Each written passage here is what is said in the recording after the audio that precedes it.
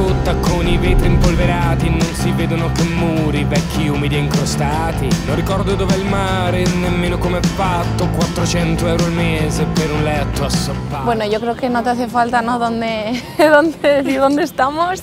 Estamos en Pisa, la segunda ciudad más visitada de toda Italia, después de Florencia, obviamente. Y nada, tenemos la torre con esta inclinación, realmente por los cimientos, que es parte acuíferos, etc. Y tiene una inclinación realmente bastante importante. Supongo que todo aragonés que te venga a ver, aquí visita obligada, ¿no? Hombre, y hacerse la típica foto, no te puedes ir de aquí sin hacer la foto. Te la voy a hacer yo a ti, ¿te parece? Venga, vale. A ver... Que no pesa. Que no pesa, ¿no? Luego se la envías a tus padres. Para tenerla como buena turista. Realmente yo aquí soy turista porque de Pisa a Florencia aún hay esta sí, diferencia. Sí.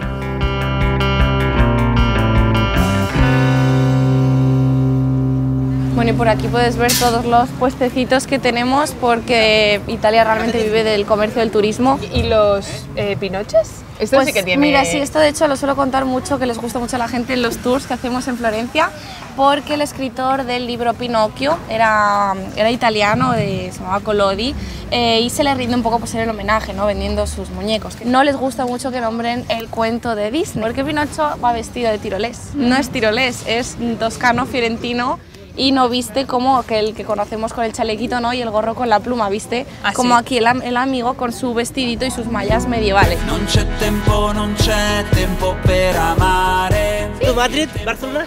Zaragoza. Ole, Zaragoza, ¿La muy conoces? bonito. Conocí, historia muy bonito. Y Zaragoza más. Viva. Aragón entero. Gracias. Gracias, hasta luego.